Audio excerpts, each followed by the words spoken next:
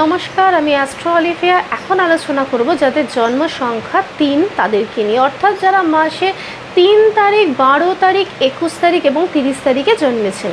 প্রথমেই বলি, আপনারা কিন্তু অনেক বেশি অ্যাডভাইস দেন লোককে, যেটার কিন্তু কোনো প্রয়োজন সব জায়গাতে পড়ে না। যেহেতু আপনাদের উপর বৃহস্পতির প্রভাব অনেক বেশি, তার জন্য কিন্তু সবসময় আপনারা মনে করেন যে যেটা আপনারা জানেন বা যেটা আপনারা বোঝেন সেটাই কিন্তু বেস্ট এবং সবথেকে শেষ। এই ধারণাটা কিন্তু বন্ধ করতে হবে। আর নিজেদেরকে সবসময় টিচার মনে করে তার উল্টো দিকের মানুষকে স্টুডেন্ট মনে করা, এই ধারণাটাকেও কিন্তু বন্ধ রাখতে হবে।